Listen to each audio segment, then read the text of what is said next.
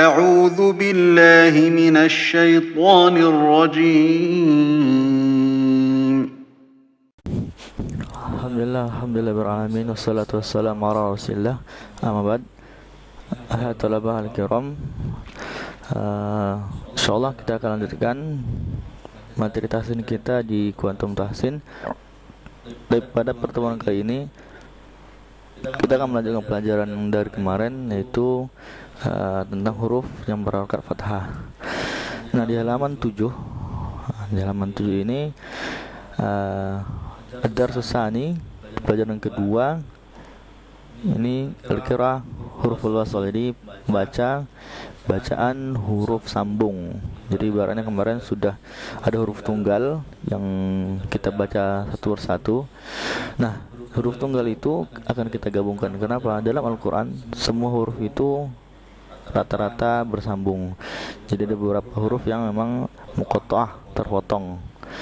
Huruf muqatta'ah pun ada yang bersambung, misalnya alif lam mim. Jadi alifnya sendiri, lam sama mim bergabung. Nah, ini hurufnya sudah bergabung.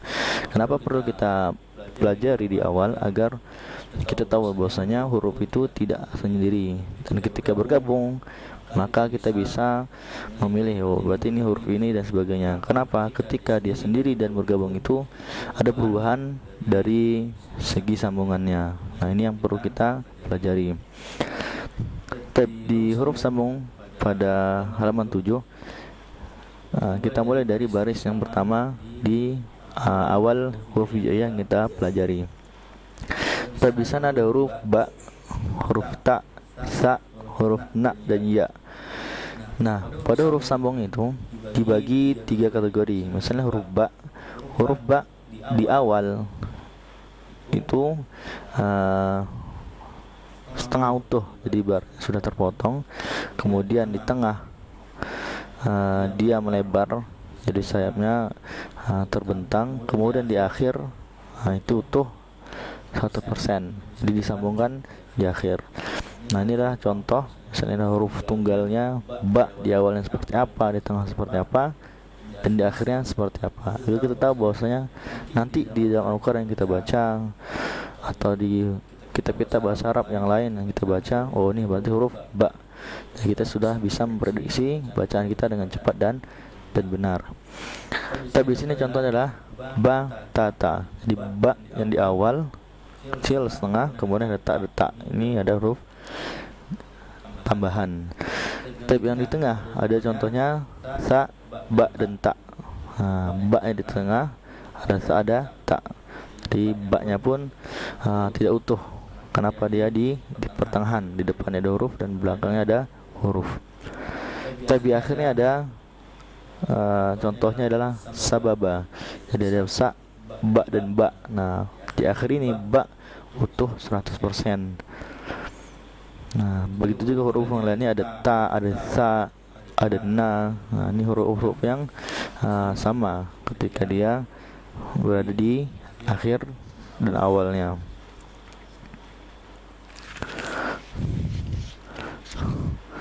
Kita diperhatikan di huruf ya di halaman 8. Di situ ada perbedaan ketika dia berada di akhir.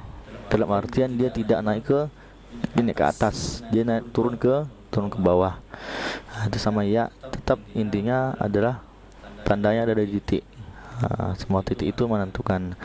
Di huruf ya di akhir dia melengkung ke bawah. Contohnya sana ada sanaya, jadi ya-nya ke bawah. Ketika tunggal dia utuh, tapi ketika digabungkan di akhir dia turun ke bawah. Nah, ini ya pada barisan pertama yang kita pelajari. Berikutnya sama, ada huruf ja, ha, dan kho. Ini semua sama.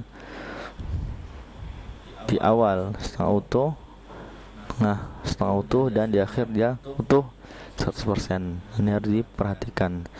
Kemudian huruf dal, za, ro, za, dan waw, ini semua sama.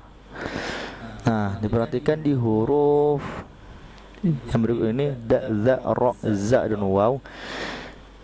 Ketika huruf ini di pertengahan dan akhir semuanya utuh 100%, jadi tidak terpotong atau tidak berubah. Nah, ketika di awal mereka pun sendirian. Makanya di baris ketiga huruf dal, zar, ro, za dan wa ini semuanya mereka utuh.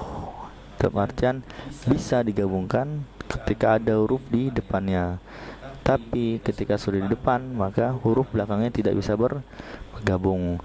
Tapi di sini contohnya ada huruf dal. Ada contohnya di awal ada da, ba, ja. Da-nya utuh karena sebelum hurufnya tidak ada, kemudian setelahnya ada huruf ba. Itu pun tidak bisa digabungkan. Tapi di tengah misalnya kha, da, ja.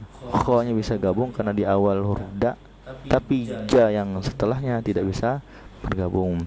Kemudian di akhir sebenarnya za, nada. Jadi zim, nan dan dal, nun sama dal masih bisa bergabung, tapi setelah dal tidak bisa digabungkan. Ini berlaku di kelima huruf tersebut.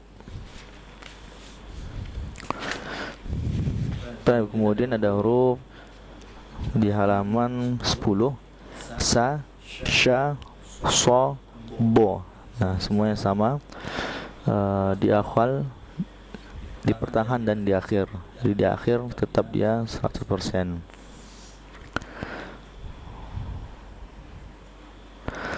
Tab ini diperhatikan di baris yang berikutnya ada huruf to, zo, a dan ro.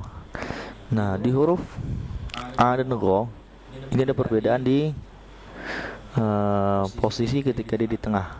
Contoh di sini ada huruf ain, ada abada, a setengah utuh gabungkan dengan ba dan dal. Kemudian ketika posisi di tengah otomatis a-nya itu seperti penuh. Atau bisa dibilang ada segitiga di sana. Nah, ini mempermudah anak untuk mempelajari bahwasanya di tengahnya itu dia bergabung ba'atha. Jadi ba ada di awal, kemudian setelah ada tha. Nah, a-nya itu bergabung. Begitu dengan ro, ada titik. Nah, itu pembedanya. Tapi kalau di akhir tetap utuh.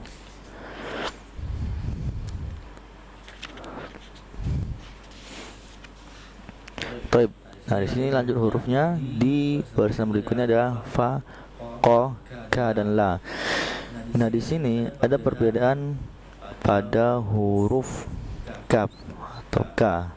Nah, ka ini ketika dia utuh tuh seperti huruf L terbalik, kemudian ada tanda di tengah. Nah, itu ketika dia tunggal. Nah, tapi ketika digabung otomatis kaf itu berubah jadi seperti ada roket ke atas. Nah, itu kaf itu di awal, kemudian di tengah juga sama ada roket ke atas, tapi di akhir dia utuh seperti kaf tunggal di awal. Kemudian huruf lam. Nah, huruf lam ini banyak kadang keliru anak-anak itu ketika baca huruf lam pada posisi di tengah. Nah, lam ketika dia gabung otomatis lengkungannya itu seperti mata kali hilang. Jadi lam langsung gabung dengan huruf berikutnya. Nah, ketika di tengah otomatis dia seperti tiang listrik. Nah, tapi dia bergabung dengan huruf depan dan belakang. Nah, otomatis anak-anak biasanya keliru ketika baca lam di tengah ini seperti baca a. Contohnya sudah qalaba. Di huruf qaf gabung lam, kemudian ada huruf ba. Nah, biasanya kalau keliru ko aba. Nah, itu salah. Kenapa? Huruf A itu nanti kita bahas tidak seperti huruf lam. Lam menerima depan dan belakang. Nah, huruf lam di akhir utuh 100%. Tapi di akhir di sini ada huruf mim, alif dan ha. Di ma'aha. Nah, huruf tunggalnya sama ini. Mim menerima semuanya. Jadi utuh di akhir 100%. Nah, taib di sini dia huruf a atau hamzah. Nah, perbedaannya dengan lam, hamzah ini ketika dia sudah berdiri otomatis tidak bisa bergabung dengan huruf di belakangnya. Contoh di sini ada akhadha. A di depan, ada kha, ada zal. Barisan kedua berikutnya.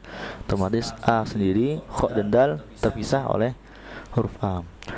Tapi kemudian jika di tengah, otomatis dia bisa menerima huruf depan tapi di belakangnya tidak. Contoh di sini ada sya, a, na. Jadi tidak langsung digabungkan huruf sya, a terus kemudian na. Tidak. Jadi menjadi syalana bahasanya. Tapi di sini ketika huruf a berdiri, otomatis nunnya berpisah. Kemudian terakhir qara'a. Jadi alifnya bersifat utuh. Tapi di sini ada juga perbedaan di huruf H. Ini H tebal. Nah, ketika di awal dia utuh. Nah, ini kebalikannya, malah H ini ketika di awal dia utuh bergabung dengan huruf berikutnya. Nah, kemudian di tengah dia bisa menerima huruf depan dan belakang. Nah, bergabung contoh di sini nahadho. H-nya ini seperti terjepit. Nah, jadi seperti huruf 8. Nah, jadi di tengah itu huruf H. Kemudian jika di akhir maka dia seperti kehilangan setengah bagian dari tubuhnya. Jadi haknya menjadi hak naik ke atas. Kalau di sini ada nabaha, jadi haknya ke atas. Nah, hak ini juga nanti bisa berubah menjadi tak marbutoh. Ada titik 2 di atas seperti itu. Jadi yang kita bahas tadi taknya berubah ketika dia jadi huruf tunggal. Ini yang bisa saya sampaikan dari beberapa huruf yang kita pelajari. Ada hak ini yang terakhir. Jadi ingat, kalau hak di akhir titik 2 menjadi tak marbutoh, tapi ketika wakaf sama menjadi hak. Assalamualaikum warahmatullahi wabarakatuh. الحمد لله رب العالمين